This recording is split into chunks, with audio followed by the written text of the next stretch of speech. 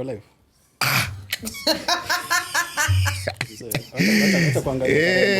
Mapangale. Concentrate bro. Mkoaje man, mkoaje. Welcome to Embrace Your Darkness in the Rabbit Hole manze.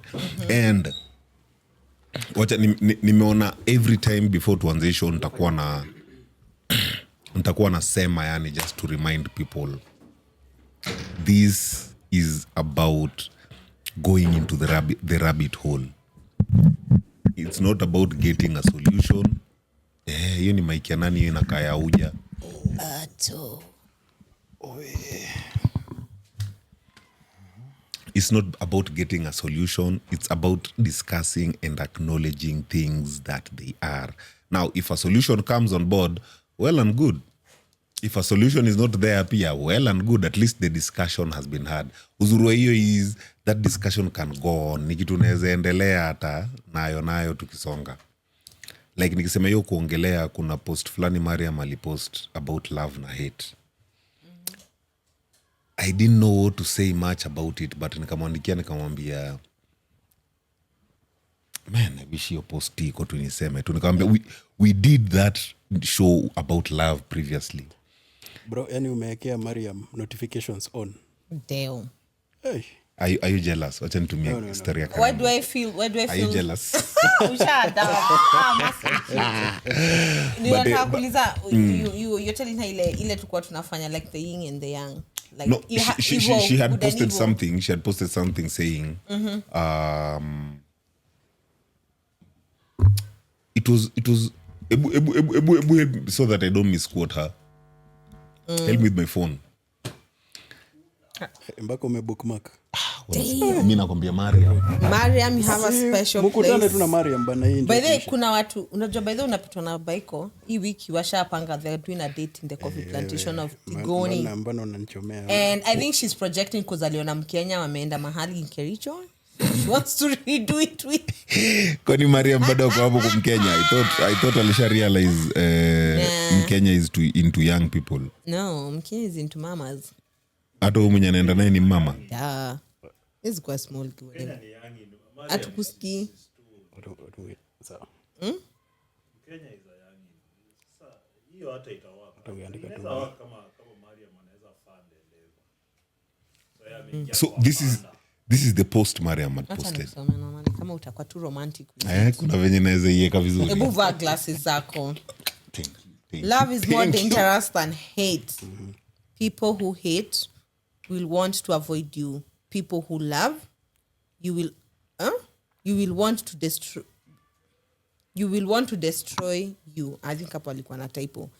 If that love isn't reciprocated or doesn't benefit them, hate can potentially keep you safe. Yes. And I told her, no. This is what I told her. It can't be dangerous than hate unless it's made dangerous. Otherwise they balance. Na nikaacha hapo nikamwambia anaweza fuata space yetu ya before. As in my idea was our conversations si ati zimefika mwisho. Nimekuona. I've seen you bro. Conversations zetu si ati zimefika mwisho. Ni ile yani any idea inaweza come on board. So like me what I was interacting with Mariam is just yani ile not that she's wrong or not that I am right, but ni ile that's the idea I have of love based on our last conversation we had. But anyway. But that's not. But ukiangalia situation yake, bring out that conflict that now brings the story when love starts now growing. Because if you don't love, it's hate, right? Not necessarily. If you don't love, you just don't love. But hii imekuwa kwa duality, si lazima ikuwe love versus hate. Kuna ile tu by the way wewe kwani huyu uochi unamhate? No. Unamlove? No. Alafu mbona umeweka if it's not love it's hate? Anaweza kuwa anachukia uochi. Ama anampenda. Ama kuna kampenzi hapo. Lakini there is a weird I have a sexual weird chemistry. No, I just kuna venye mimi na mauchi tusikizanangi. So there's hate. Yeah, there's like a hate. So I'll avoid them, which is true. So it's not that opposite of that hate is love. Unaona Unaona kama venye unakuwa It's umechukia. just indifference, that's it. Venye unakuwa umechukia Putin. Hapana. Nani phantom Putin is lovable. Suiname kidogo. Leo nakwambia tulia mimi leo Bana. today guys niko in the same color theme na super producer. Tuliambiana producer we are leo. doing black and Leo producer green. Producer we need to see your match. ametupima na Sijui merchandise kuja leo. hapa. Yeah, bro. Mpakate. Wewe ni nini shida Sasa kuja yako? mbebe. Ami says mind. Kuja nikubebe. Ukiwa umebebwa. But anyway, as I was saying, manze, karibuni kwa embrace your darkness in the rabbit hole. Tumeona Hii ni TikTok place yako by kwa the screen. unaingia and just air bro your stupidity and your cleverness. It doesn't matter. But yule mtu mwenye anaingia hii space na intelligence, I'm sorry man. Please. Yeah, cause hapa hivi nimejaribu kutafuta intelligence hii space. Ngoja. Wait. Subiri bro, uko na ufala sana. So unasema hapa we are headless chicken. Hapa nimeona by the hapa hivi it's all about confidence.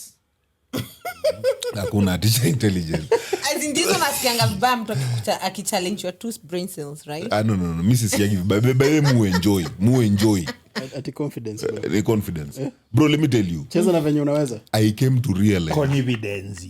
Bro, I came to realize for as long as you are confident, hiyo kitu itakuwa ukweli.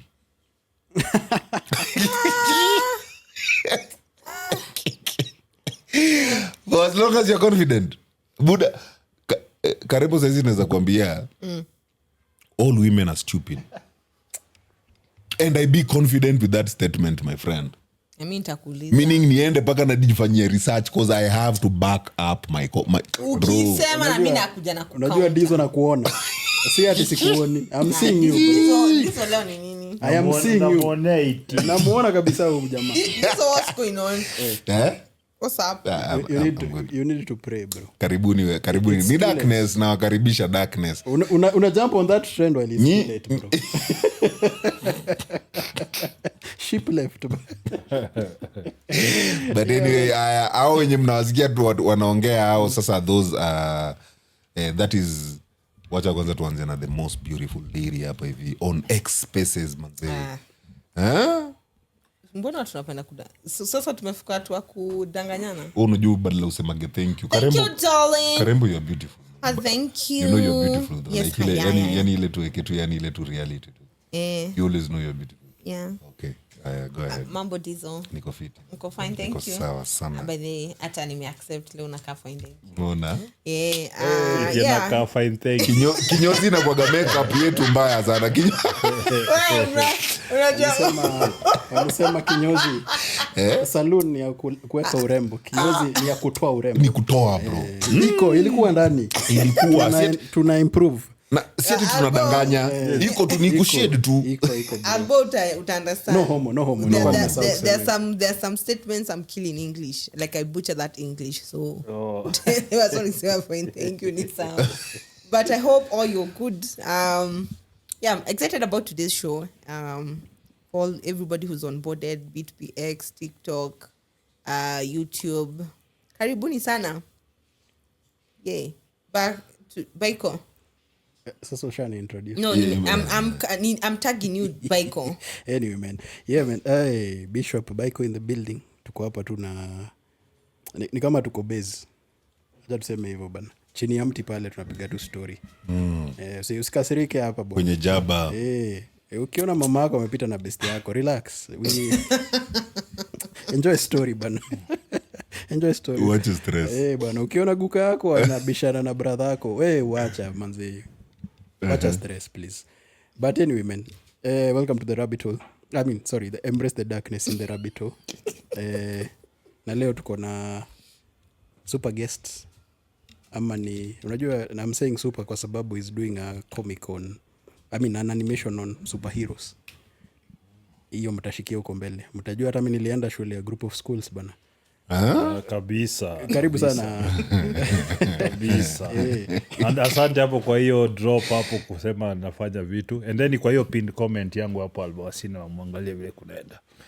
True. Karibu, welcome. Karibu sana man. Dizo. What are we doing here? Ya leo tunaingia monotheism. Albo ulisema tunaipronounceaje ni? Yeah, ni hivyo. Monotheism. Yes. Let me define it before tuingie dark hole na opinions zetu.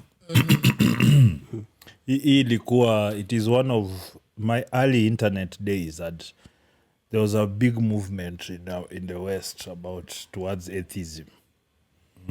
So I listened to a lot of arguments at that time that they were good and bad. It will be good to share. True. No wonder tuko hapa sasa. Hapo ndio tunakutaka. Sibanduke. Nakwambia, if I tell you the evolution of that process and you see where, like, some of the people I listened to at the time, like you see where they moved, because sometimes somebody can tell you something smart, but then you meet them 3-4 years down the line, it's like that knowledge never helped them, you know. Hizo ndo nataka kusikia. Hiyo ndo uzuri sasa. Yeah. So probably maybe you can define it. Let me define it, then sasa see it's on the table. Yeah. Na before ni define, by the way, I am way taller than Karembo. Way taller. How she's taller than me sitting down? I am still, bro, I'm looking at this video and It's I'm what like, she's sitting on. bruh, you know, as in I'm like, Imemuongeza half a foot. Karembo is 5'2", sijui 5'3", bruh. How did you just... I am 6. Uko 6. You are Because 6. you are 6'1". You must be like 6'1". I'm just 6 plain, by the imagine. You can't be. You are slightly taller than me. Unaweza kuwa uko 6. 6'1". I'm a 6 point something. 0.91. 0.000. Somewhere hapo. Alafu ona venye tunakaa hapa kwa kiti. Na by the way hizi viti ni level. Same level. Haijaslanto pande moja. Hakuna ati zaidi. Ama uyugia amelikuwekea cushion. Lakini huyu ni vile amekaa straight. Amebeba lakini. Na akona cushion plus amekaa straight. So I was just highlighting, by the way, she's way shorter than me. Zikaya ati hujapata hiyo monotheism. Aya, ndio hii. It is the belief in and worship of only one God. Monotheism. As opposed to polytheism, belief in multiple gods, or atheism, belief in no God. Hiyo ndo definition. Yeah. Niko na swali. If you can go to the atheism. Can we say Scientology is atheism No, it has a God at the top. of science? The Scientology, yes, those the aliens. Or for them the gods are The aliens. Aliens. They are coming, yes, the aliens. okay. To get Actually, that probably maybe they believe in the law of sciences. No, there is some kind of that undertone, but generally speaking, it also has a lot of this mambo jambo you hear on the, because even the explanation of the hows and the what is just delusion, in my opinion. Yes. Yeah, that's interesting. Okay. So before I let let's say Albo anaweza anza ama Albo ndio akona ametu Hiyo highlightia. nimejiami from like 3 days ago. When I saw that post. When did you post it? Yeah. We've been posting the entire week, bro. We Yes, have a very good social media personnel behind there. Yes. Putney, you can wave at the camera doesn't look at me. Yeah, so I've been thinking about it a lot. It's because in the early internet days when there's a lot of like YouTube came in big and whatnot, it was a movement in the West a lot towards atheism, because it's been there bubbling, but it kind of became this really huge movement. And in one way or another, a lot of the religious groups, especially the Christians in the US, they found that whatever that monopoly they had on society was questioned and toppled. Because that's how we have all these other ideologies you're hearing. Because that is where it stems from, actually. If I may explain. Now, because I used to listen to a lot of these so-called atheist debaters, they had very good arguments and many questions and all that. But then, as it went on, we realize that it had a leftist slant. Okay, the way they think is about just the way you see these leftists in Maju behave. And extreme. No, but I actually found that it's because somehow, and this is, I'm speaking as somebody who's not religious, by the way, but I can Before tell you proceed, what do you mean by lefties? left wing ideologues. These are how do we say, the liberal types, the extreme liberals, the progressives. You know, they are on these identities, and you know that group of people. Sijawahi sikia a word that has been explained more difficult than the word itself, bro. Yes. Umetuingisha kwa liberals, sijui ideologues. Ideologues. Ideologues, liberalism. So Tupeleke it's an offshoot of liberalism in that there are people who have this notion that they are saviors, you know, of the world. They are the ones looking out for the small man and all those things. It's a general human trait, but when it's captured as a political ideology, that's what it becomes. Now you find groups have set themselves up, or you hear this group keeps on talking about racism, another one keeps talking about misogyny, another one, you see, that. Does it make sense now? Yes. Now, what happened is that I was seeing a lot of these people, they were basically leftists, if I may. I hope you understand what I mean by that. So they kept on pushing these ideologies, and then slowly this transgender thing and LGBTQ kind of took over. Like for them, if you talk about race and sexuality, they're in. Like everything, if you want to be transgender, if you want to be a dog, if you want to be, it became that. And the way they were expressing that, I quickly realized it's like a religious expression. Because they had their commandments, they had their sacred cows, they had things you can't criticize. You know, if all this, what would normally, and then they have this idea that they've cracked the code. You know, when you talk to religious people, they also talk to you like they've cracked the code of life. You know, they know everything. This is how it's done and whatnot. But they are not giving you any backup information or evidence They or take proof. you back to the same thing. Yes. So it became. I realized very quickly that it was taking the place of traditional religions in these people's lives. Okay. So I don't want to talk like I'm better or what or anything like that, but I quickly realized that. So I basically stepped away from both those setups, like religiosity plus this atheism.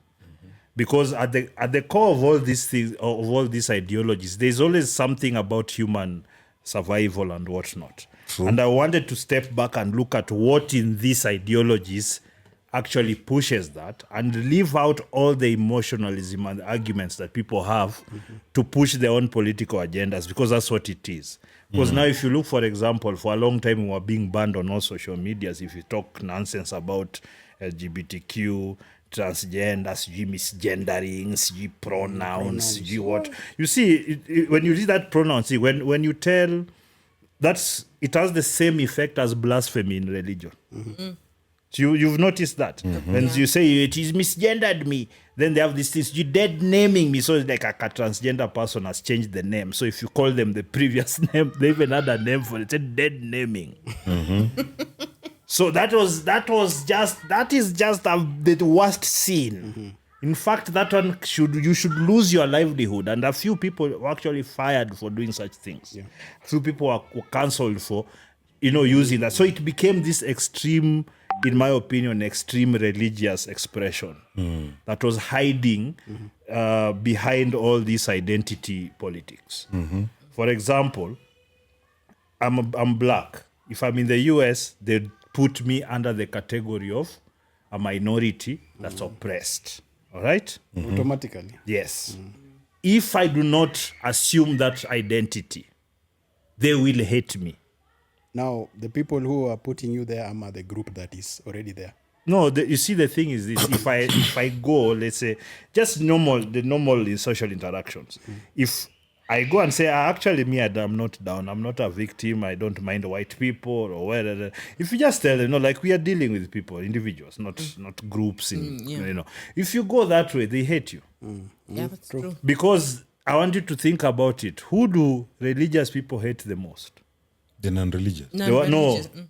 No. That's not. Think about who they hate the most. Sinners. The people who leave the church. Ingawa sina True. sasa. If you leave the church, I'm telling you, if you every day you pass by, ule ni ule, it is the fact that you've, the fact. Wale wenye li backslide. Actually, they Ule have backslide. to. Yeah. The thing is this, what that does, the reason why it is hated more is because it's a dangerous preposition for the ideology. Is that this somebody was in it and then he decided, this shit is getting cool, fuck it. See now, because what that does to the rest of the congregation is they start to question. Start to think. That's why when on this side, on the religious side, they'll tell you, you can't say this about God, or you can't say this about the pastor, or you can't do this or that. Blasphemy. Yes. On this other side, they will tell you can't talk this about this lesbian. You can't say this about this. You white man, you can't say this about this black man. So they create the same kind of hierarchies. So it became, as far as I'm concerned, because this is the thing I had to accept, that there is a tendency for human beings to be religious, whichever way they express it, believing in gods or some higher power. It doesn't have to be a god per se. Some of you tell me, I believe in the universe. Spirituality and the universe. Believing in nature. Yeah. So these concepts have sort of hardwired in our psyche. So I was wondering to myself, why? What is the purpose of that? And in my the best explanation that I think I could get was that it is a stopgap for a knowledge gap, where what we don't know we say ni Mungu, Yeah. or what we can't explain ni Mungu. Ni ma ghost. You hear something. The wind passes through trees and you hear ooh. Then you say, hey, kuna ma ghost huko ndani. When you don't understand acoustics, what do? You fill in the gaps. You fill the gap with that was a ghost. So all this, in my opinion, right or wrong, in my opinion, all these things are being inserted as a means of trying to explain why and how we are here. True. So, with the way you've explained it, does it mean, and I'll in fact, there's something you had said earlier which I held on to it, nimekuwa nikifikiria all along ukiongea, that everything we are doing is always based on survival. Yeah. So if we are religiously inclined, wacha niiweke hivyo, like one way or another we will form a religion, then does it mean that we actually do need a religion to like to give us Nani has come, let me you can continue. Yeah, continue. while I get Nani from Nini. imagine hiyo hata usiwahi sumbuliwa na mtu akikushika hapo huyo tunakosana. But anyway, so as I was saying, like Mika kuna kitu nakubaliana nayo hiyo yenye amesema ni everything we do is based on survival. Everything we do is based on survival. Like that has to be the root key. Juu hata venye unasema based of description yake ya which is actually correct, upande ya unajaribu kufill in the gaps. So Unaona hata kitambo kwenu, I'm very sure mko na traditions za religion, mostly not even this Christianity. Religion yenu kaa vile mna associate some things like where you guys came from, akina Nyasaye. Sinyi ndo watu wa Nyasaye. Na some weird shit, man. It is, we were trying to fill in the gaps. Juu hatuwezi pita hiyo level. But now my question is now religion, hata kama tunasema it is now something, is it automatic? I feel like it's not automatic per se, but it is part of something that we need in the progress of our survival. Unajua, I think now the complication comes in choosing Which one? the type of God for your religion. You see, like kama ukiangalia kama saizi mali tumefika, kwa nini hii monotheism is not sustainable? It's because it's built on fear. Huyu God wetu wa hii monotheism ni wa fear. Na fear with time watu ukuja, unajua unafika kwa holi kwa like bro, hiyo fear inaisha.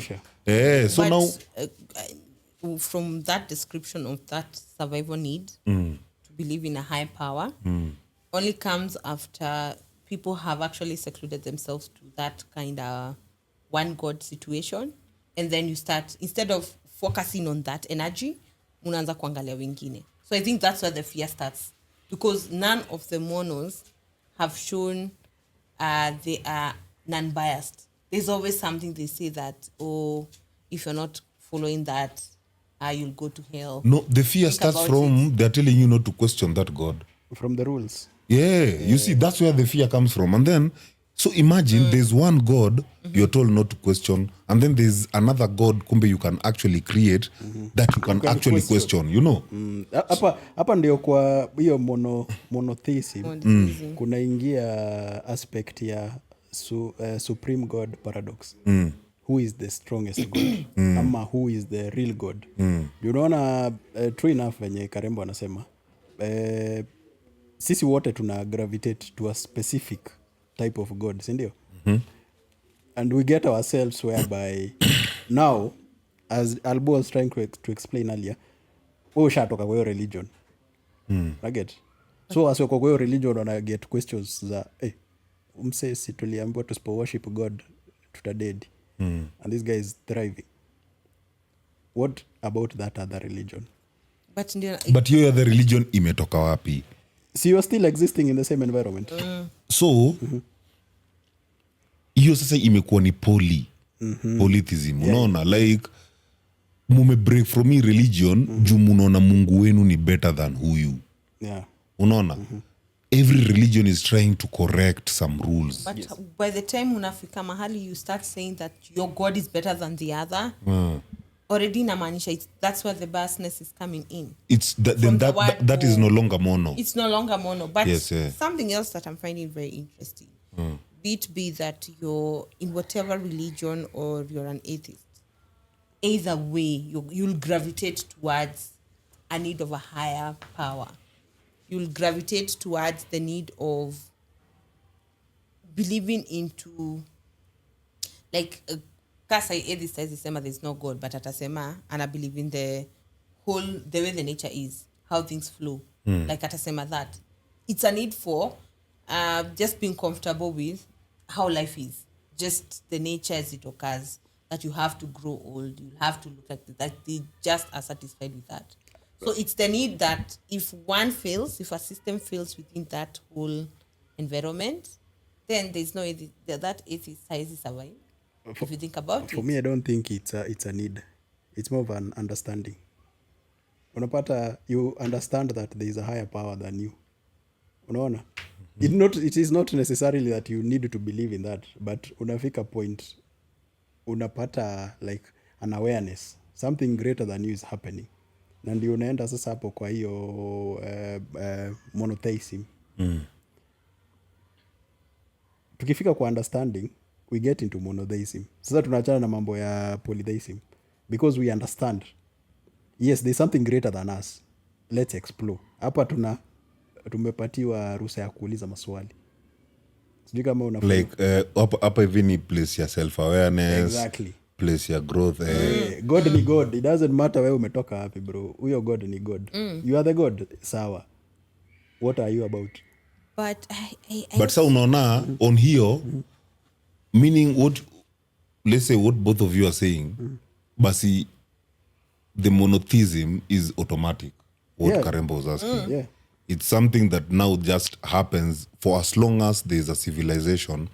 It has to happen. It has to happen. So it's all upon what you people pick as either a good god ama a bad god. Hapo ndio malika issue kana kuja. Yeah. Haya, so nikieka hivyo, so meaning we actually need it. Yes. Yeah. It's like it Na balances out. hiyo ndio ina dictate, inaitwa nini, nini zetu, everything about us, morals zetu, our moral code, kila kitu tunaitoa kwa the rules that are going to be created by that religion. Yeah, because if you really think about it, religion inatoka kwa society na venye wanaishi, unapata so by the monotheism, to be honest, either way it will end up in polytheism. Aje. But for me, No, it will only why end do up I feel huko like if it is not sustainable. If let's say mumeianzisha in sasa kama hiyo design ya fear hiyo yenye si tumekuwa nayo, that is not sustainable. True. But why do I feel like polytheism talks of like when we have like Indians, how they have so many gods, but that is all Hinduism, because they have different kind of gods. Like we know different cultures or communities that have different kind of gods. That is how I'm looking at polytheism. So And for us, okay, and by us, I'm talking of guys who've grown up where maybe Christianity was what they found, or Judaism, or Islamic, or which other one? Okay, one of those ones. So unajipata.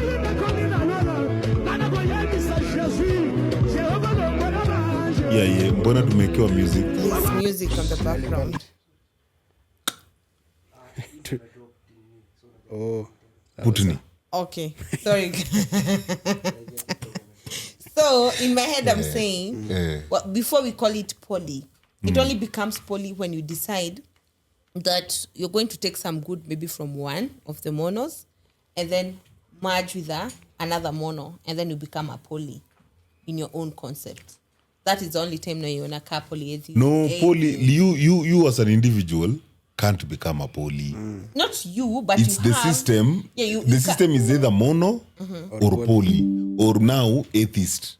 Yeah, but ndio nasema, with the current society we live in, all these are coexisting with each other. But when I'm calling it mono, I'm looking at it in this. For example, look like at the Indian the Indians that we have, especially like within Nairobi. How many of the mosques do we have? Most of us will only assume that all this is just one God, but you'll later on find out, because of the different hierarchies that they have as Indians, they all worship different kind of gods. You'll find Indians who are Muslims, you'll find Indians who are Christians, you'll find out within the Hindu community, they have different type of gods. There are those who call the same the Kants, there are those who call the same the Singh, there are those who call evil, because their gods are different. So within the like the Indians, then they've been able to be in a society where they have multiple gods that they can believe in. Mashika. Yes. But sasa, when you look at now, for example, if I'm a Christian, I can be a Christian and be a Muslim at the same time. So for me, mono, it's you can be a Christian, but I can move from being a Catholic, I can move to being a Protestant of different whatever. You can be a Christian Catholic. No. I thought you can be a Christian and a Muslim. Ama unasemaje? No. Mono, for me, monotheism, how I took it was, one believes in the religion of Christianity. Another one believes in being an Islam. Another one believes being a Buddhist. Another one believes being a Judaist. That is poly. No, that's mono. No, that is poly. That is poly. Kwa sababu now, wacha ni define poly monotheism. Tutoe mono na tutoe theism. Theism is the belief that there's a God in the universe. But mono is belief of one God. No, sasa ndio nasema, I'm separating these two things. Mono and theism. Theism is the belief that there is a God. Now, if I add now mono and poly, hapo ndio difference inaingilia. Because now mono is belief of one God. Poly is the belief of many gods. For example, monotheism ndio ina trickle down ina split into now hapo kwenye tumebelieve yes there is one god and then mimi na Dizo tunashikana nasema Mungu wetu ni so hii system yote tuna believe on one person. Yes. Venye sisi Afrika tuliekwa. Tunasema system yetu ni ya fridge. Tunaomba fridge. Sasa mimi na Dizo by the time we keep on adding more people hapo ndio kwenye individual interest zina split inaingia kwa polytheism. See from that main nini now individual interest. Juu huyu msee atachoka aseme tunaombaje hii fridge na kuja connect kwa hii fridge hata haijaifanya kitu. Anajitoa anaenda natafuta nini yake. But for mono it's now that whole aspect we believe in God. Muslims are mono on Allah and whatever. Christians are mono. It doesn't matter which Christian you are. You believe in God. Ule Jehovah Yahweh na huyo mtu mwingine. Mimi sasa pale niko na the devil. Tunasema Lucifer, Prince of Death and whatever. Tuko hapo sisi sote. After that sasa ndio difference zina splitio zinakuwa into polytheism. When people now are trying to understand, bro, what is this God you're saying? But we meaning have, that even our system as it is right now is poly. Is poly. It's poly, yeah, Which yeah. that's the thing. So if today we are talking about monotheism, then it would mean if you look from one country to the next, there's no country that is mono. Yes. Poly. So the So idea that would be the idea whole universe is a poly. so mali tumefika ni poly now. Then there must have never Here been is an where we are now. existence. No, there has to be kuna time kulikuwa na mono. Then people rebelled because that mono was not sustainable. They chose a wrong God. Then it wasn't sustainable. People rebelled, started their own that was fitting their narrative. But remember pia religion and God imetoka from a point of lack of understanding. Yes, na tumesema for every civilization yenye iko based, everything tunafanya iko based on survival. Hiyo mono tunaanzaga na hiyo so that hiyo ndio i-create Basis sasa. But then if you put it in that whatever context, I feel like the only time mono was existent was when people didn't know that kulikuwa na other people wana exist. No. About It doesn't matter. The whites knew Africans are existing na wakatuletea Mungu wao tukaacha wetu. Like as in making a mono just depends on how you can convince the masses. Unajua? And mali tumefika saa hii poly is not working. Is not working for the system. The system is even fighting kwa sababu think of it this way.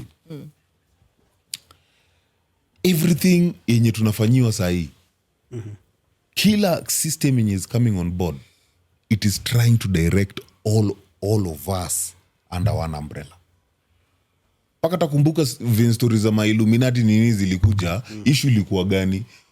They are trying to nini, ati ilikuwa inaitwa gaje kitu ya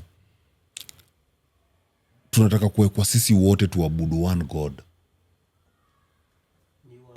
New World Order, thank you.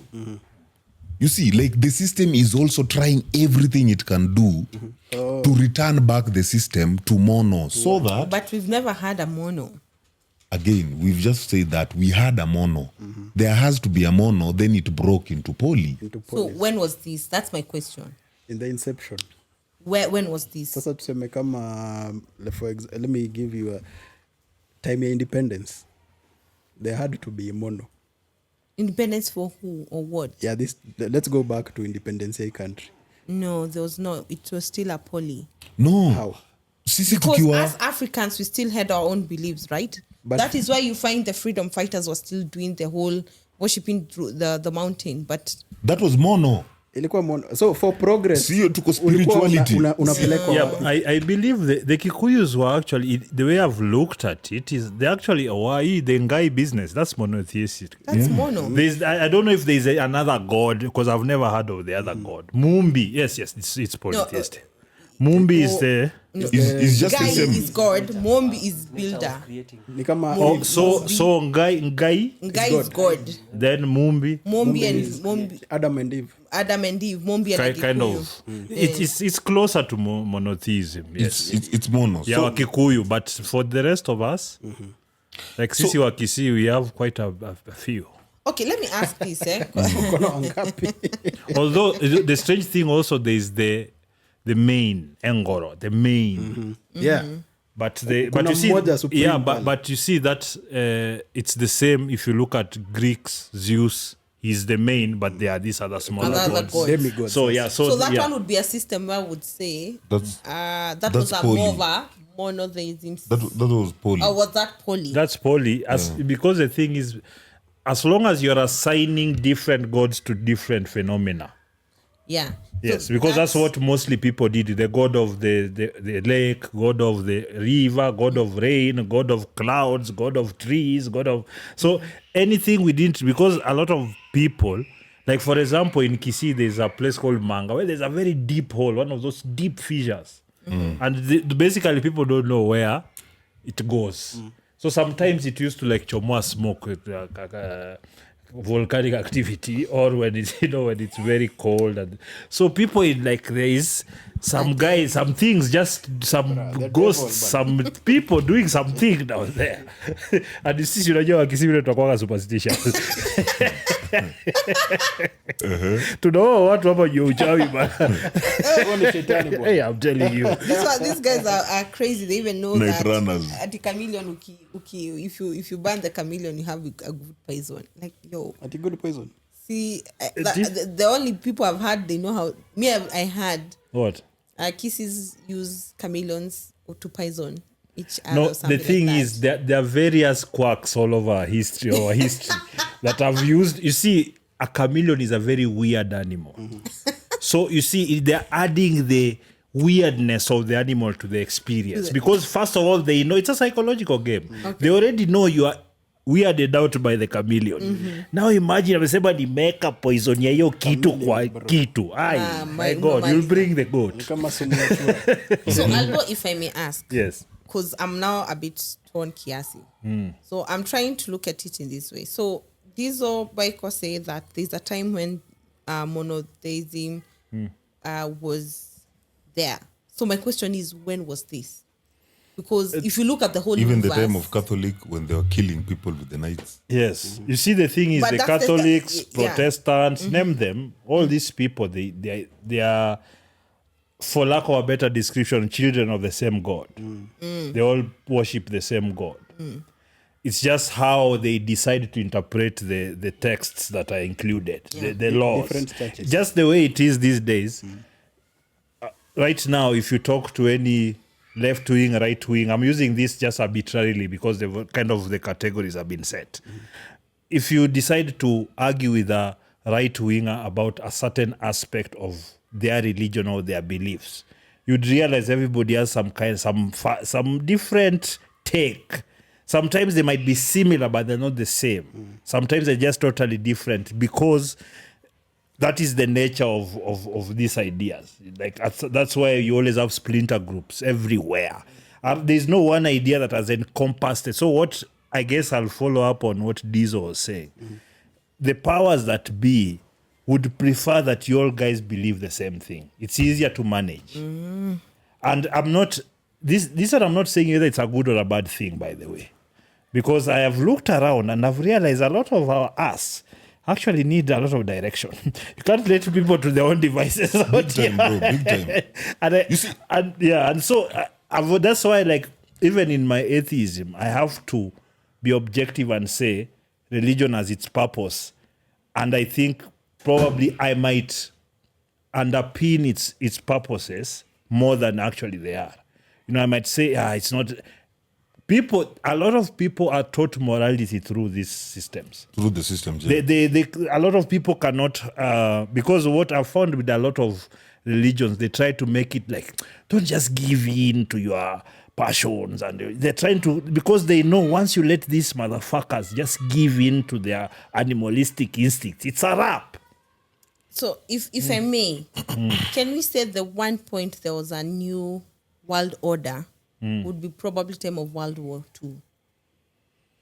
Even There was some somewhat control of putting everybody under, yes. because then everybody now later ganged up again to fight the Nazis. Yes. But you see, even when they were fighting the Nazis, some of them were still working in collaboration with the Nazis. So that's why, for me, after thinking about all these ideas, I know survival is the bottom line.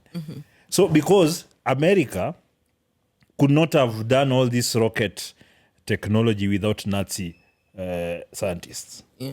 Because the Nazi scientists that were making the weapons work and perfecting that technology.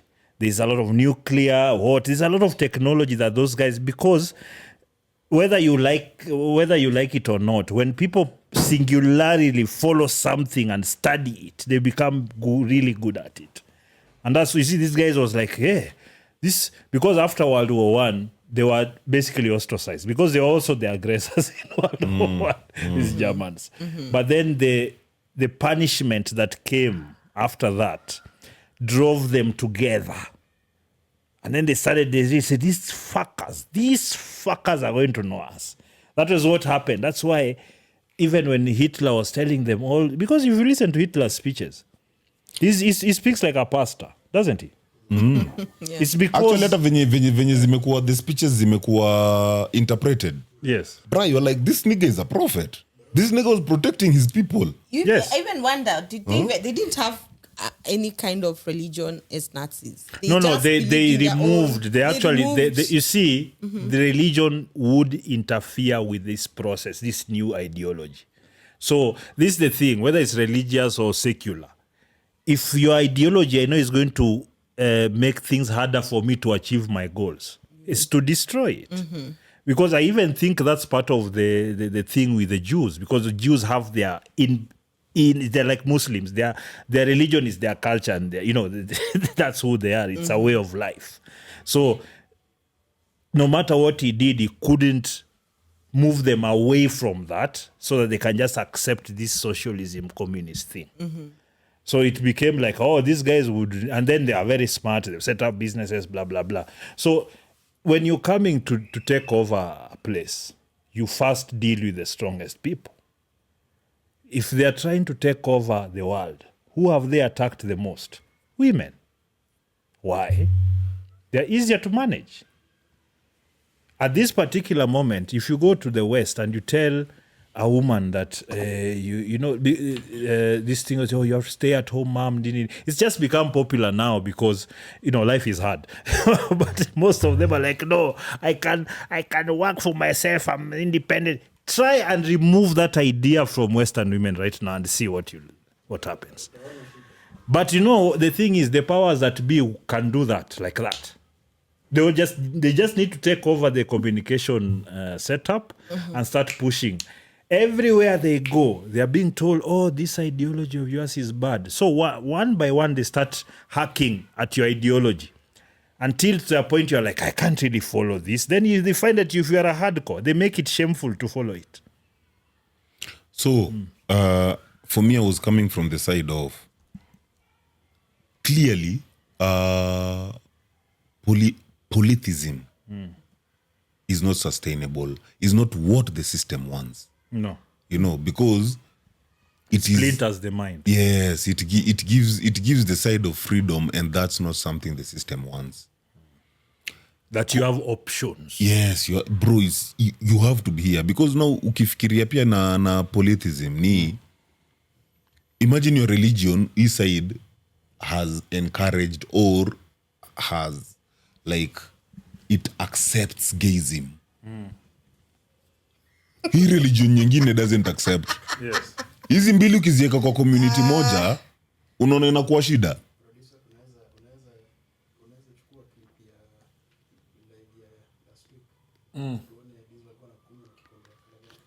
Pink. Ati kikombea? Kikombea pink. Ya pink. Pinky. No, I'm trying to say, venye kwa nini system haiwezi kubali ni kwa sababu hii tukienda kwa mono inatupatia one direction. So it's easier, venye album amesema, it's easier to manage the people. Yes. unaona paka it's easy ile unajua how can I get these people. It's not that we are using women. For me mali sitaenda na wewe sana. I don't think they are using women because women are easier to manage. It's because women reaching to men, it's easier using women. I mean, no, that's I one feel way that's to look why at they are it. using the women. Actually, okay, it does make sense. Because, that makes sense. Because if ideally useme tu naende wanaume wanaenda kukusumbua because Na men watakuchapa. watashinda wanauliza maswali, mbona tufanye hiyo? Lakini Wewe ulifanya. demo wake akuja mwambie wewe sasa mimi wacha tu niende kwetu. Unajua wewe ni wa shetani. Sasa wewe unataka Wewe unataka aje? Why you big like this? What am I doing? Ni nini basi kaa.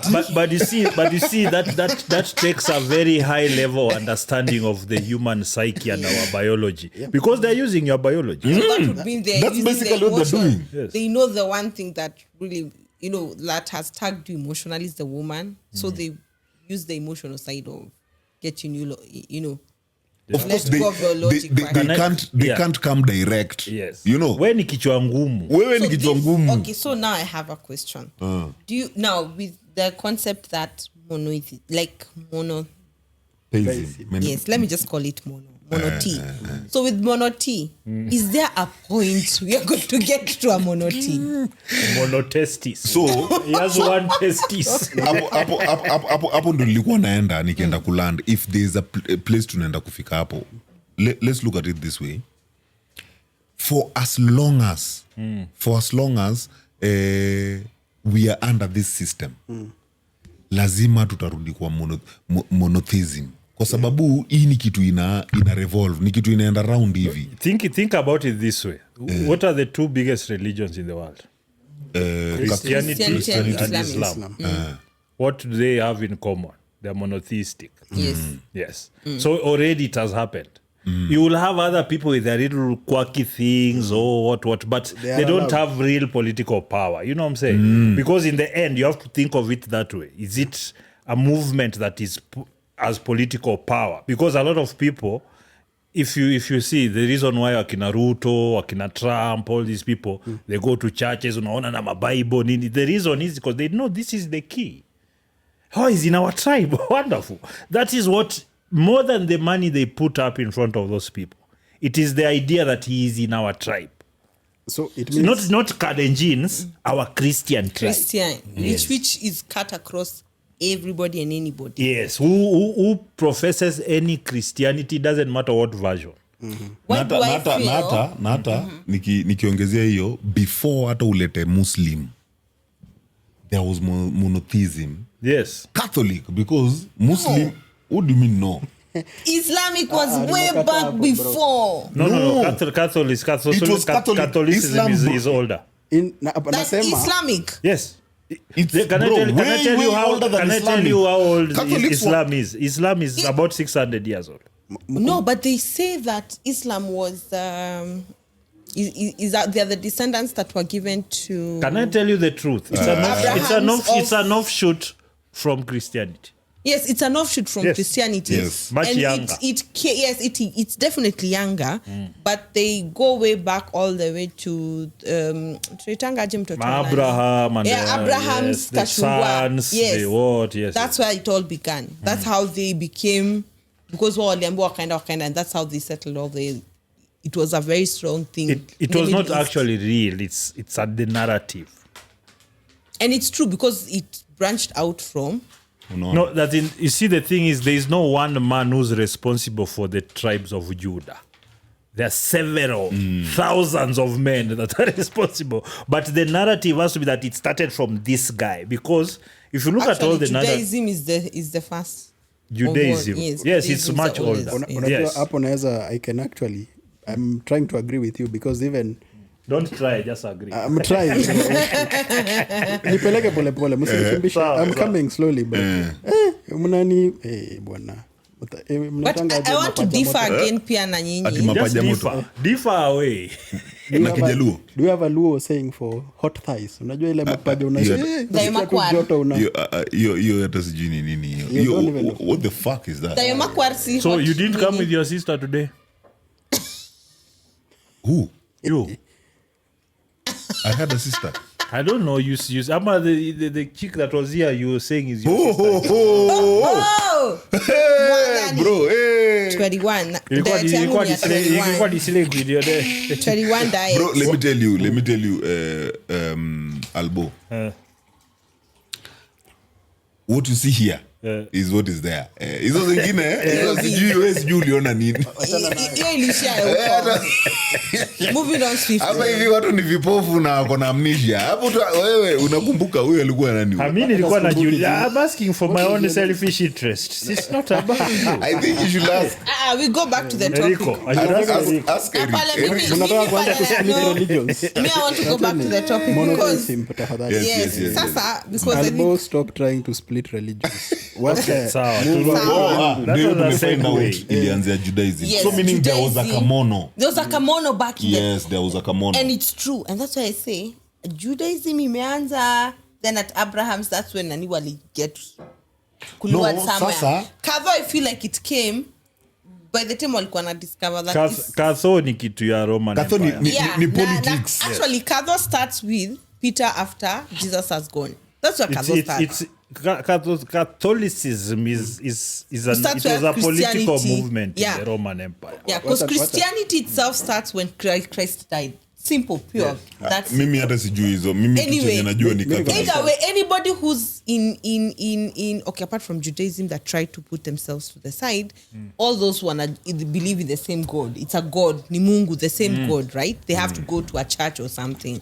Yeah, because even Christianity, they'll still adopt into the old laws of Judaism into the same and then compare the two. That's how Christianity came about. But for me, what I actually want to believe, this place you're saying we can go back to being one. I feel it's going to be in a place of, it's not even about religion. It will be more about the morality of the world. Everybody coming together and be like, yes. That's their Is attempt. No, yes. they see the reason why it's very hard to make it uniform. It's because of how differently our biology is expressed. Okay. We are not the same we are the same in many things, but we're also different in many things. Okay. So because also we have to grapple with our place in the ecosystem. You know, there's this tall rich guy, there's this poor ugly fucker. You see, all these things come together to actually the way you are. That's what shapes how your life goes most of the time. Your talent, where you came from, all these things, your genealogy, all these things work in concert to put you in a place whether higher or lower. The thing is that will never change. There's going to be always be people who are higher, there are people who are lower. Yeah, So how do you govern that? Where so that the resentment doesn't spill over both ways. Now here is where I have a question, manzi. For najua nyinyi ndio mko There's na- something you're asking. Yes, and that's where I'm going. I have not forgotten. Amnesia mimi sinanga sana. I tried to. Naikangwa trauma na amnesia. Ujakula. Saa ingine nalazimishwa nisahau lakini nifanye aje. Anyway, so Bible ilianza lini? The Bible started Bible, political Romans. Sasa wacha niilete hapo. You 12th see, century. Forget about Christianity. no, naleta mali so tumeongelea monotheism inasaidia kumanage the people. Yes. Unapata? So uko ndo mali Bible ilianza. True. So inaweza kuwa ilianza na previously pia tulisema kwa monotheism the only problem is choosing the wrong God. Unajua because if you choose the right God, then the Bible or the laws that are going to come are going to be meant to benefit the people, not oppress the people. Yeah. Unaona? Na hapo ndio. Yes, continue. So Bible ilikuwa hapo. Bible yenye sisi tulikuja tukapata ni yenye iliintroduziwa kwa politics. Ile kumbe hii kitu moja inaweza control the people. Then tuchukue, then tuanze kutoa vitu zetu tuweke zengi, yani tutoe vitu za hapo Sasa tuanza zenye zina encourage watu then sasa bado tuna maintain mono. Lakini tunaekea watu kawoga tuwa manipulate Wabaki venye tu hapo. sisi tunataka. No, you see, if you've placed people like pastors and bishops and whatnot as basically what do you call it? The conduit between the so claimed God and them, because as I was saying, most of us are of very basic intelligence. So it's it's like there are people who must show you this is the way it's going. So once that was established, and then they have set this hierarchy of people, it just you're already looking. You've already suspended your own thought process in favor of what this person is going to tell you. So it actually works perfectly if you think about it. And that's why I have two questions. One is kulingana na description yenye mnapeana, I think monotheism, or rather the question is polytheism coming from a point of a lie? I feel it's coming from a place of people are afraid. People are done Yes. being afraid. Thank you. So ile, you know what, kumbe I can actually explore another side. Yes. I don't have hii yenye unaniambia unajua ukienda huku Mungu atakupanish. I've realized no, he won't do that. Yeah. I can actually I can decide niamue kuabudu ng'ombe. Yeah. Na ni Mungu. Na ni Mungu Na na nikuwe akosheke. sawa. So I think ina come from hapo watu tu wako ile fuck it man, But That's why I Now, say the system doesn't allow that.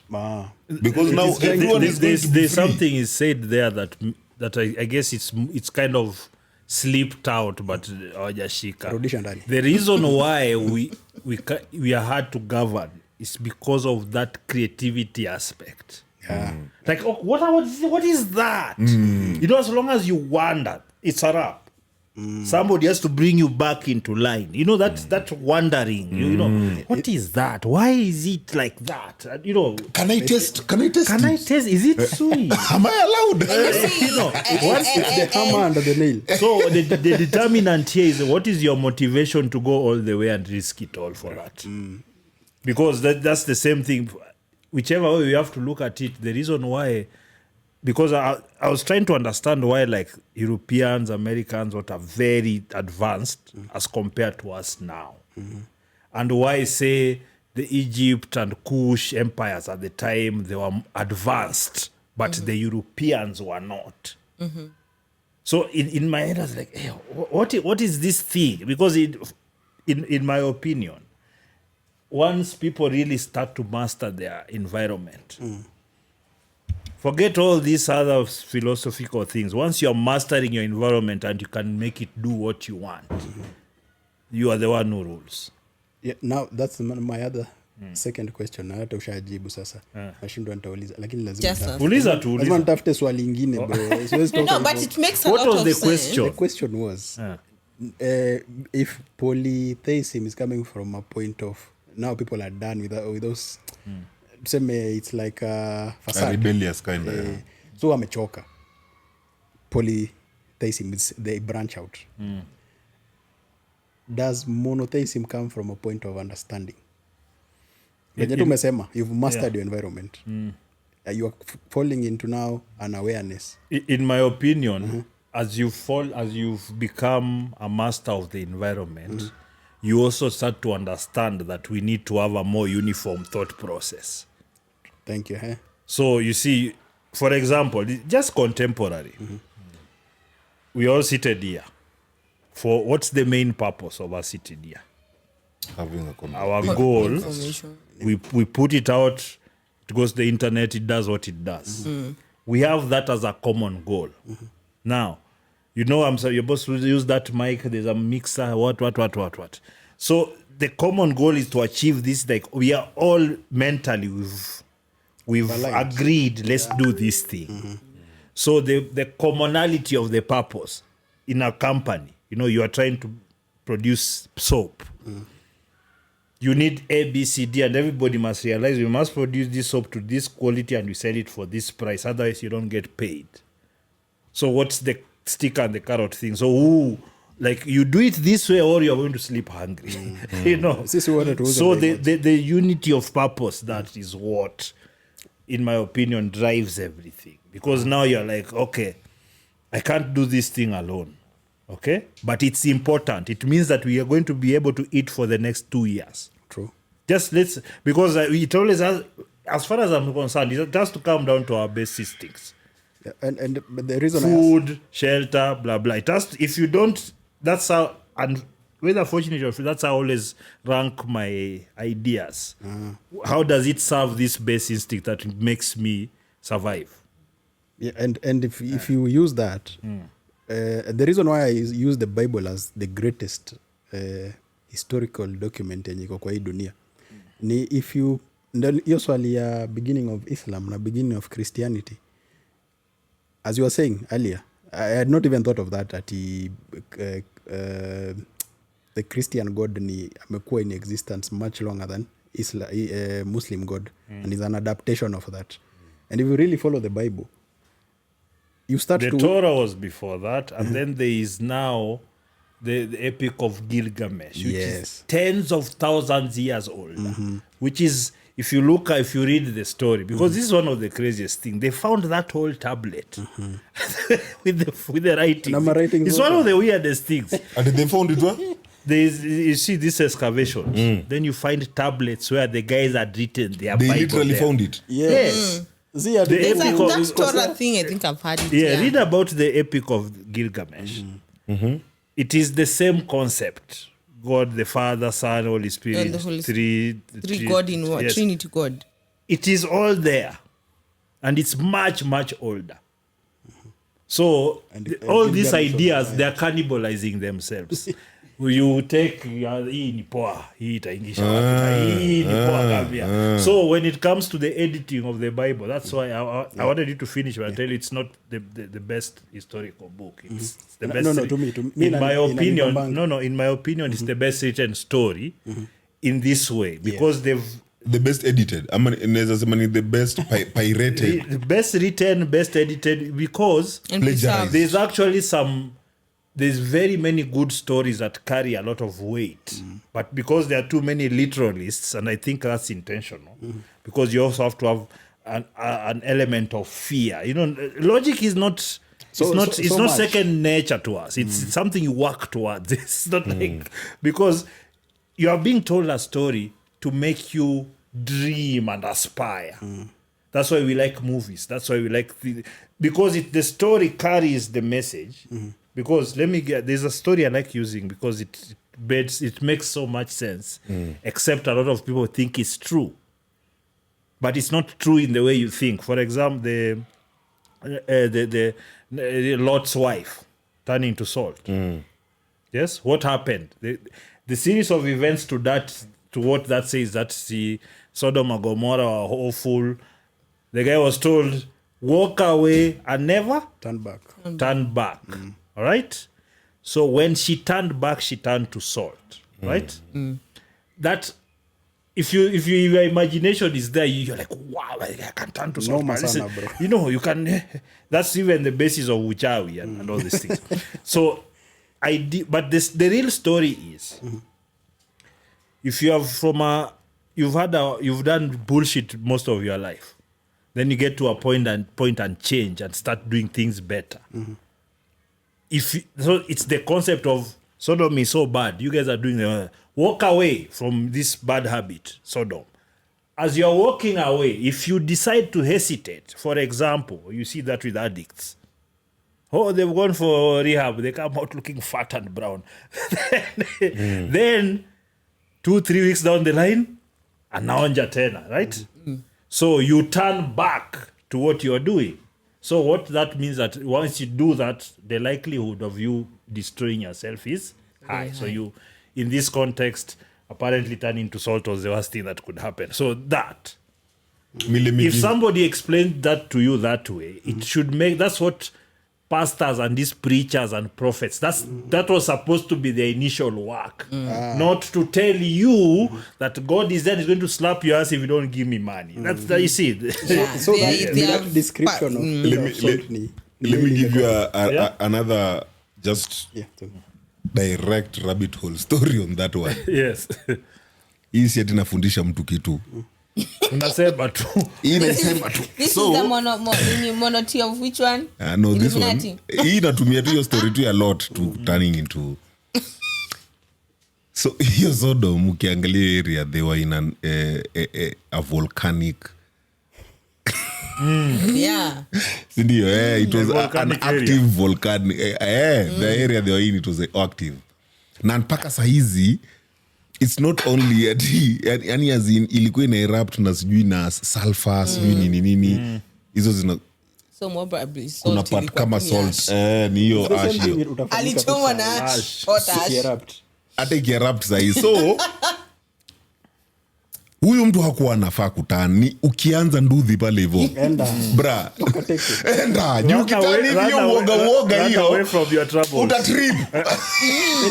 So alipigwa na hot ash. Yeye alitani hivi akapata hiyo nduru manze akasimama alistachu hiyo uoga. Alafu je watu washakimbia bana, watu wako nduthi wewe utatanwe wanarudi wanampata ashakuwa tulikwambia usitanwe. Nikaende uliona kazi ya Mungu. Kila mtu kule nakwambia hadi sasa kuna wale wenye walihepa salt iliwapata hawakutana, lakini hawakuwa kwa Bible hawakuwa kwa story lakini main characters no peke ni huyu mwenye alitani, kampata huyu ndo sasa wewe ndio. Let me tell you something, that's also a very like it's a very entertaining way to look at it. But the thing is this, the reality of if you're ever in the vicinity of such a thing, you will not survive. True. Me hata niko Umesikia story ya Pompeii, yeah. Yes, that's what happens. It was like even to the other tower. You just don't have the speed to outrun it. So, bro, but I have to tell you that it's still so maybe nani was somebody saw that was on a horse. The story was written later. Jamaa alikuwa ama alishaenda akaambia wife wake cheki kuja kesho na wewe kuja tu usiangalie. You know you guys when you say like what that, happened if we can fine tune this story. They were hearing the rumblings from the mountain. Wanaona kamoshi huko. Then some guys are like, what is hey, kitu kilibuka. What is going on? We wife, si tufike hivi, tungoje tuone. Tuende kwa kina nani huko village down. Wife akakaa, unajua kwanza najua hivi mami kuna hatuwezi acha vitu mamangu pia huko. So akasema okay, si mwacha nikimbie mbele. Wewe utakuja na watoto. Alienda na watoto mbele. Akasema wewe maliza na madhe, acha nichukue watoi because mwanaume hawezi acha watoi hiyo time. Walikuwa kids were like those time kids were very precious more than now. Instruction from God, multiply, fill the earth. Unaachaje? No, the thing is that time it was just because even on survival dying was much easier then. You know, hii mambo yenu ya mosi mabageti hakuna.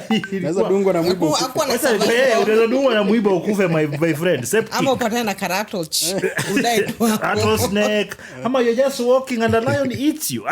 Anything can happen na fences.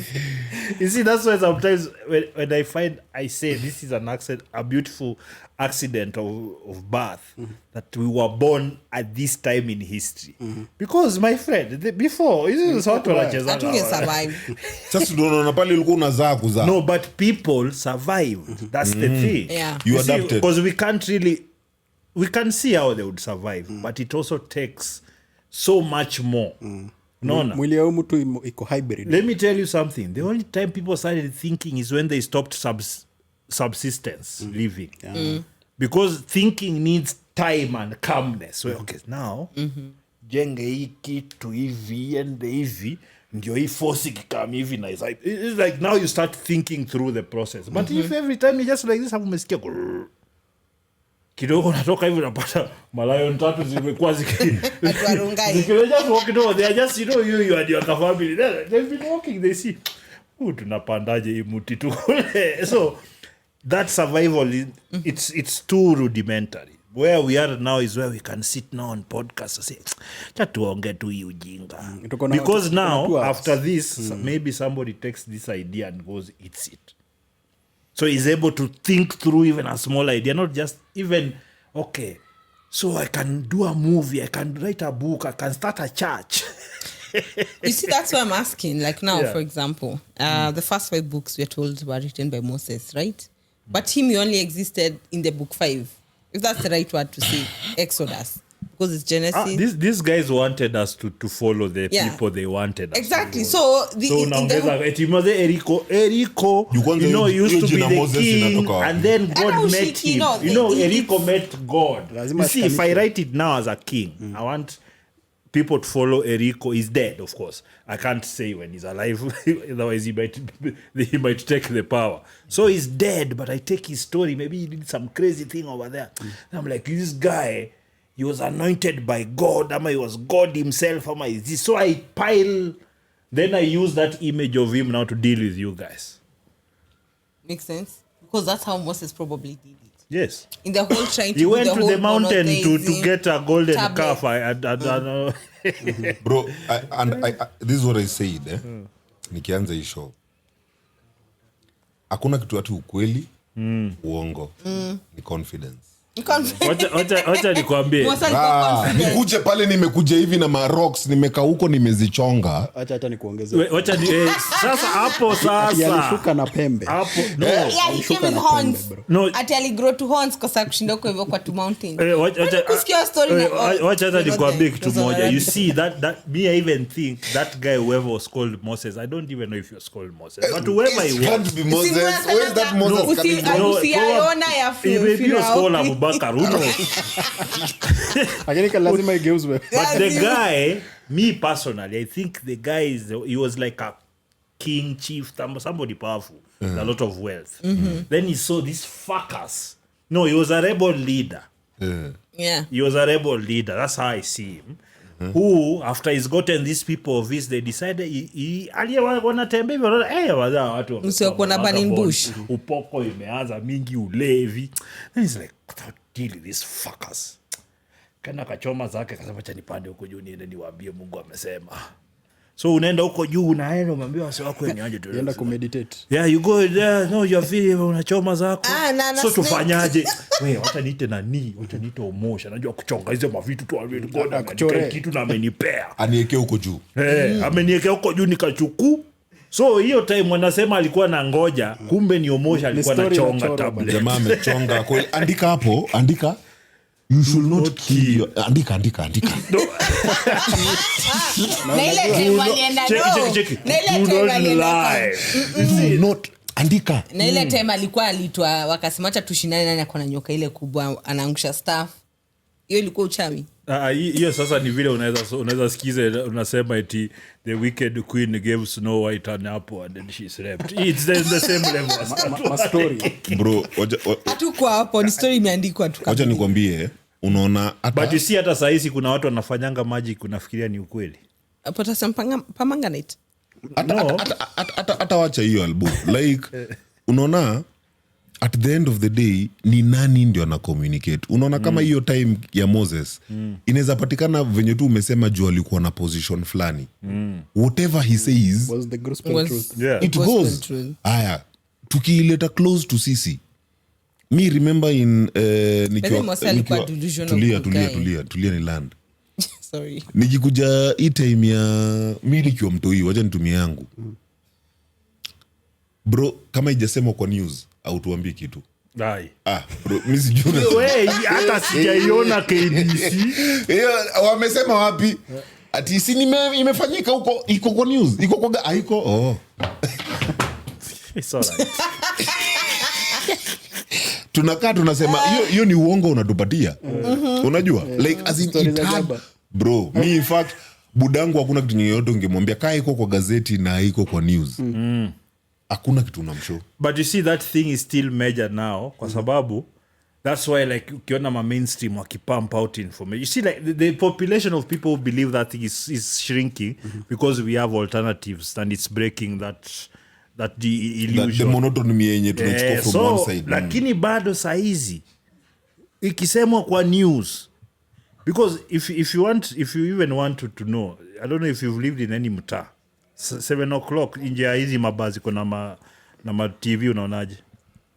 News. Si wasiwa kwa Kwa news. Bro, tao Chao zile ma big screen. Wameshasimama Muda 7 wase wamekaa hapo rende. Yenye thika So ni you see that's why I keep on telling people like you have to really look at kwa sababu hiyo hiyo kwamba eti hii kitu eti unafikiria eti independent thought hizo ni zenu. Most people just want to be told iko hivi.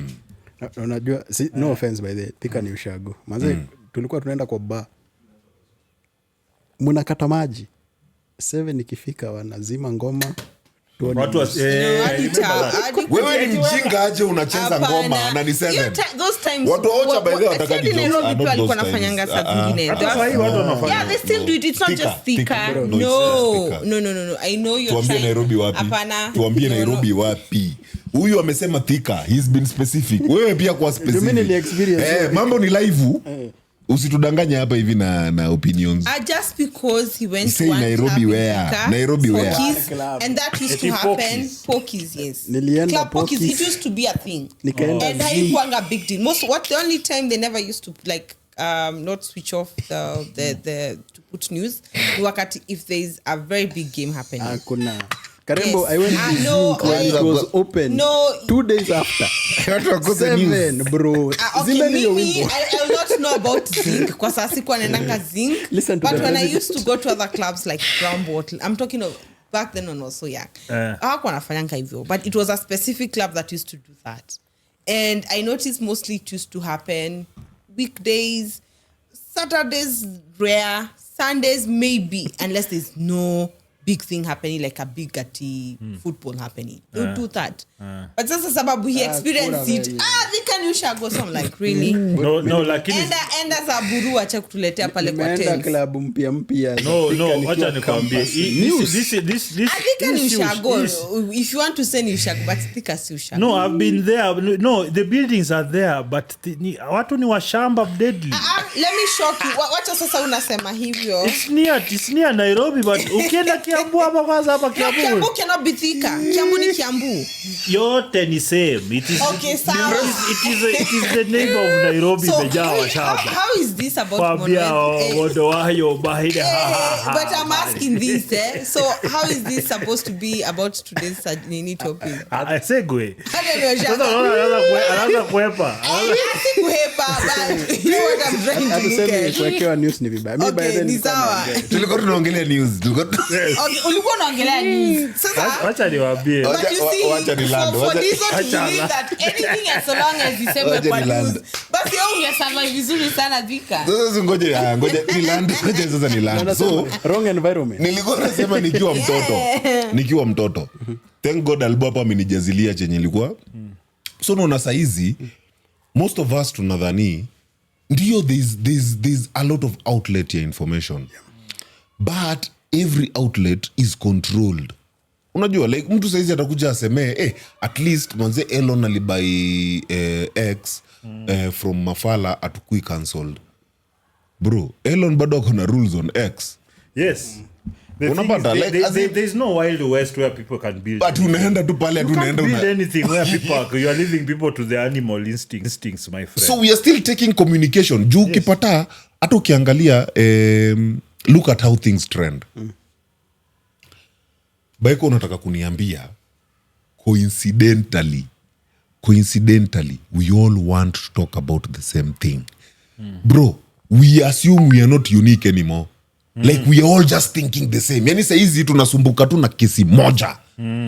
Sisi wote tukiingia social media Baiko unataka kuniambia sisi wote tunafikiria kitu moja. That would be boring. Then why are we trending? Unasema kuna polytheist wa 627 gang. Ama si? Sorry. Tusiende huko bado. Okay.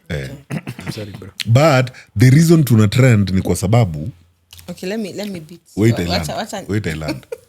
The reason tuna trend ni kwa sababu communication is still controlled.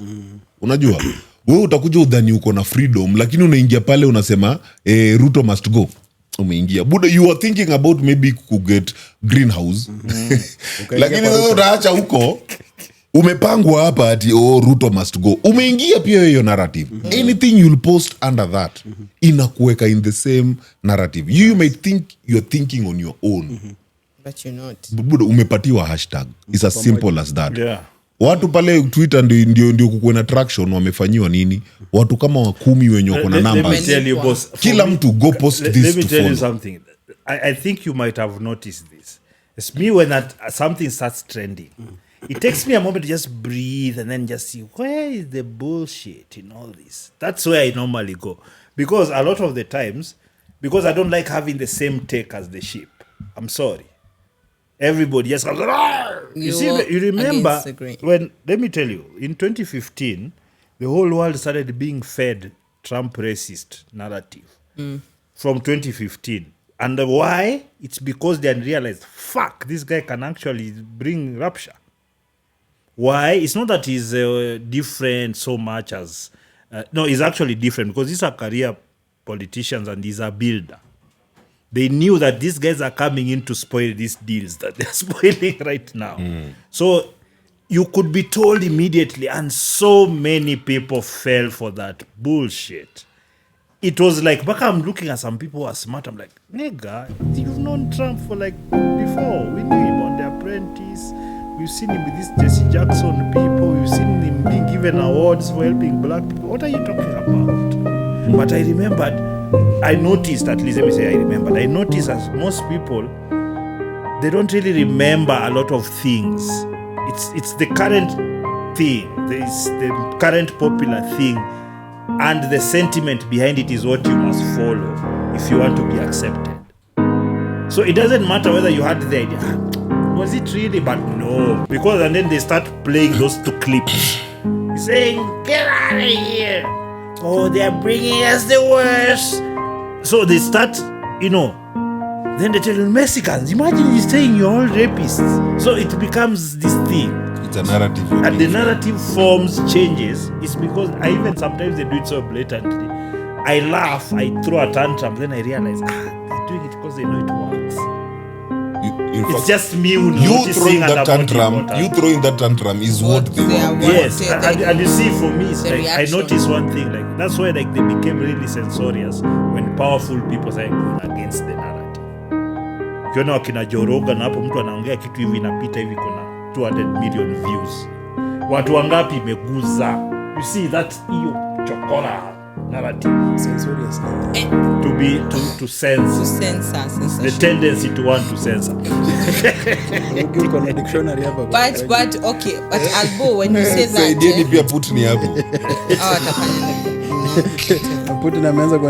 it possible? Tell them. So is this possible that it comes from a place of, now the guys in a hierarchy, the ones who noticed this early, that place we were talking about, when you become aware of the environment and what needs to make it work. Yes. So they are able to now, again, go into like a monotype situation, trying to control the narrative so that they can follow the They need you guys to, you see, once the geniuses amongst us have noticed what needs to be done, the next phase of it is how do we get all these people behind this thing? That's all. So whatever if it's politics, if it's religion, if it's whatever, if it's social media trends, if it's media, all these things have the same purpose. These guys need to follow this route. Yeah. So that we want electric cars. So that explains the way you're saying that the generation that we are in, survival is no longer, we are comfortable than now feeling like we need to push that. Yes. So that's why you see if a statement is these guys are not willing to do a background check, find out more information about it. It will remove the sweetness of the immediate gratification. Like, I've told that fucker. You see, you have to, somebody was saying, it's the same thing as lust versus love. Lust always wins, isn't it? If your woman lusts after another man, you are done for. If your man lusts after another woman, you're done for. Because that infatuation of immediate is so overwhelming. Because this other feeling, your woman lusts after another man. Yeah. See, nobody wants that. Your man lusts after another woman. You're done. Yes, this thing is tamu now. There's a repeat. Oh. So that now makes a lot of sense in regards to why poly T takes care some of the it's like a side effect of the monotheism. to try to balance out the different monotheists that are there. Is it a side effect really? Not No. The thing is, I just It can be though. It can be a side effect. possibly. Actually, I've seen it. You see, we in one way or another, the fact that a lot of these religions are so splintered with everybody with his own little cult on the side, it's a sign that, in my opinion, some of them change the meaning of what the God they follow is. So it's a different God. Yes? Because have you ever asked somebody to tell you, ask 5 Christians to explain to you who God is? Very You different. will find 5 different descriptions of who God is. Do you know why? It's filtered through their feelings. It's filtered through, okay, my God is like. So you see, when you start saying my God is like, it's really you're saying I am like this, and this is what I want and I really like. so it's the conditioning you- of how they've been conditioned. Yes. The conduit. So if you say that, then monotheism is not out of awareness. Monotheism. Yes. The people controlling it are the ones out of awareness. Yes. Yes. But the people following it, They are total. autopilot. No, Yes. it doesn't work if you're all doing it logically. So, yeah. It don't work. So you definitely need the You doubts in there. Yes, because I was thinking about it. Imagine if you are trying to do something, okay, build a house, but you need the opinion of 55 million people before you do. Do you see a problem there? There's no house you're going to build. There's no house there's you no build. house you So sometimes people are like, okay, we know better. Fuck off. Then after that, you realize, oh, they know better. This place is comfortable. You see, it's the fruit. So they've earned your trust over time. Kwa Kiswahili wanasema mjinga kierevuka mwerevu yu mashakani. Mashakani. Unaona hata everybody gets these things. It's just that when you really want to apply, it's more about the recency bias. You are too autopilot for you to apply that shit. You man. can't Let me tell apply. you. By And the way, the it's a autopilot. It's true, because the moment people are able to separate the fear from any of those different monotheists, they become they'll start asking questions depending But on you each, see, you see now, the Karembo, way they to go to whatever's they've come up with. If I should Karembo, say sasa, truth, what you're doing is you're creating an idealistic, perfect environment. No day will everyone wake up. there's none. Yeah, so meaning one way or another, we need it. We need this monotony. Hakuna ati so if someone wake up, no, there are people who won't wake up. There are people who feel that I agree with they are you. waking I think it's crucial because I have so many times. Sometimes I've tried to have arguments with people until I say something that's the way the pastor says it, and I win. Bro. It's because like they've not had the magic word. Where is the magic word, man? Sultan keeps on saying every day, religion is important because without religion, we would not be morally upright. For him to say that nigga believes, he says, he's morally upright because of religion. He knows he's an animal. Bro, you remove religion, he says, I don't know what I can be. He's You an were- you animal. were there No, when we were having no. that- Yeah. No, it is full appreciation that he's an Na tumetoka animal. mbali. So huyo mjamaa anakubali cheki, nyinyi mi sijui mnasema nini. Nyinyi mnaweza jicontrol bila religion. But you expecting me to be in control without religion is a lie.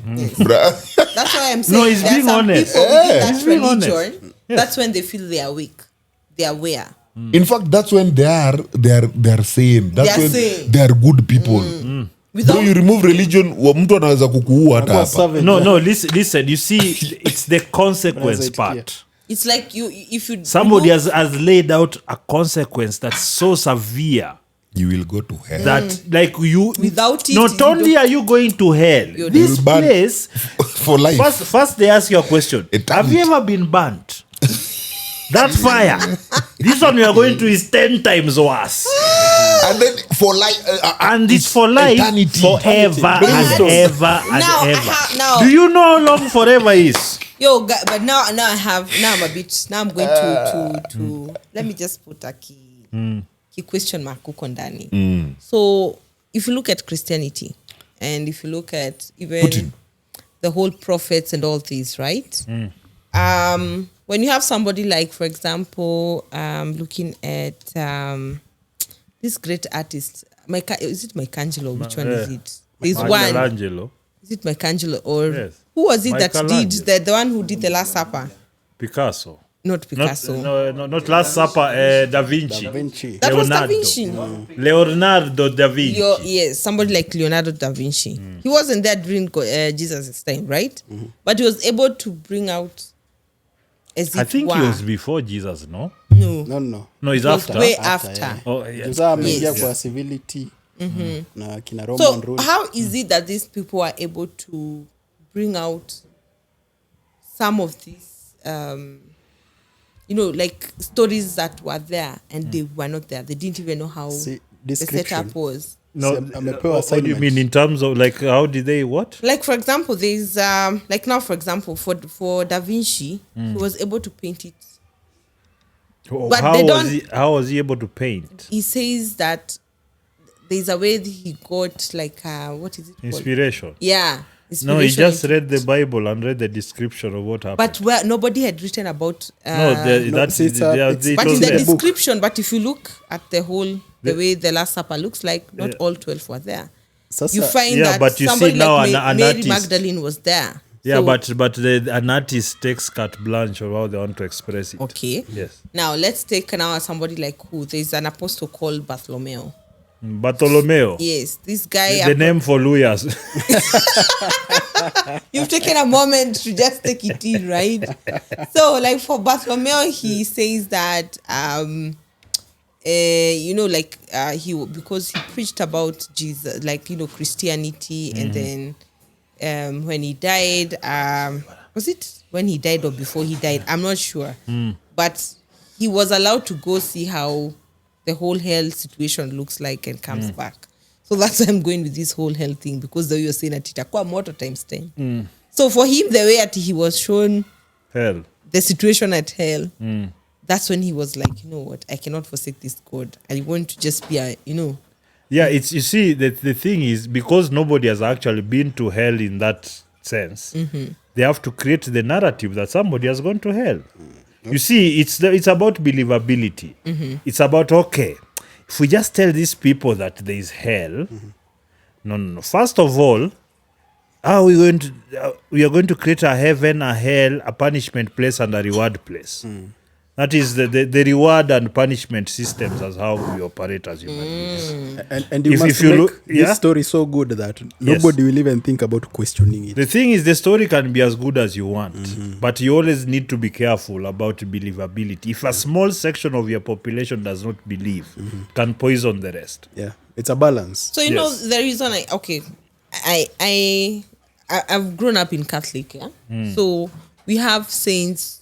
Some of the saints. Even me. Okay, so you can imagine when they talk about people like the saints from Uganda, those who are Uganda, banned. yes. Okay, we have somebody like now they are saying they want to make Kanye a saint. What's his name? Otunga. Cardinal. Cardinal Otungo. If you look at some of the stories we've heard, like whenever they say like the exorcism of Emily Rose, Emily is actually I think now a saint. She was made a saint. So such stories, believability of it, being Yes. possessed, Yes. all these stories. Yes. So does that really show the power of belief? Suggestion. Yeah.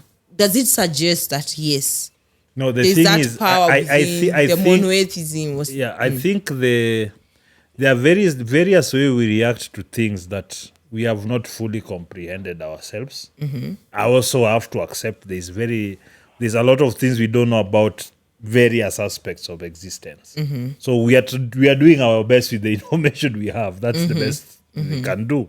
We are not able to measure some things. We are not able to see some things. And we are like, okay, maybe this, maybe that. So I guess it's the consistency of a certain action that makes us believe, is it true or not? Yeah, because the question The for me reason, to come, reason is, people think the concept of a saint is an idealistic human being, right?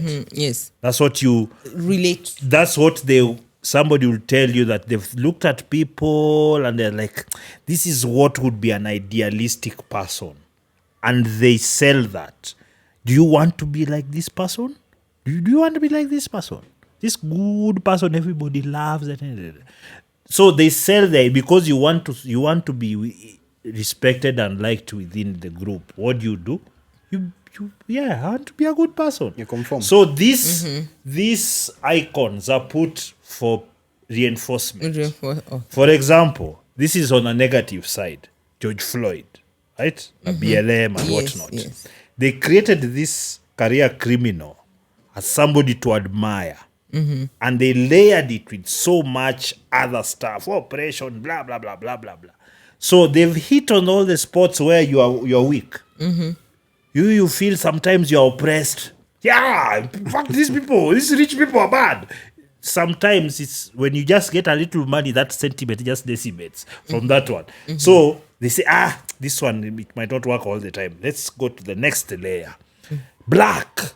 It's like me, but they hate us, black people. And that narrative has been there, not because of it's not true, but it's because it's true. Yeah. Because we are tribalistic. So the moment somebody says, they're against us, blacks, let's go. And then they layered it another thing. The weak. The strong are oppressing the weak. And then maybe if you're feeling weak, you're like you're broke and some cop talk shit to you, put where can you done even if you deserved it. And yes, this is oppressors. So they layer it until now everybody's you're having kids in George Floyd tattoos, murals. Hey. So they create the caricature. So everybody wants to be, yes, I'm a nice person who doesn't like oppression. But the person they've put in front of you is a career criminal who doesn't give a shit about anything. So it's that's the thing. That's why this concept of false gods comes by. Yeah. So that's why they create the saints on one side so that they can counter the vagabonds. Yeah, but you see corruption as it is, you can always crossbreed them. They can put a vagabond and call him a saint and layer it in so many other things. The reason I say this is because you see now, for example, if you look at, let me even call it, Christianity has one way of running show, right? But when you go to Islam, do you get to hear about saints? Do you get to hear about miracles? Do you get to hear... Yes. So there are such things, so I'm wondering... Yes, they're reinforcement agents. Even them, they have their own reinforcements, yes, right? you have to reinforce. You see, the thing is, we're also very finicky. See, this we've just been talking about, you forget something that happened last year to follow the popular thing now. Yeah. Like the recency is just like, we don't have things to analyze all these things. That's why it's important to have a strong base. That's why the concept of this red pill concept is so powerful because it gives you the base. You're like, your kid looks like the other thing that you are trying to do, and then it. So they don't want that to be the norm. Like, why are you questioning me all the time? Just do the damn thing. You see, it's like, it's a good side and a bad side because sometimes you just need someone to do the damn thing. Yeah, Albo, they don't want to question.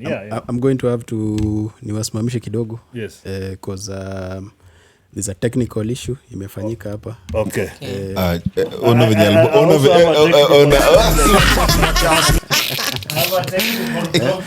Producer Albo, tafadhali hiyo window hapo kwa kona iko na shida. Hebu tuangalilie. Tafadhali. haileti vizuri. Do we do a Hiyo window na hapo kando tu. Yeah, and ni shida ni producer wetu kutoka umwambie utambeba. Mambo si vizuri. Utambeba.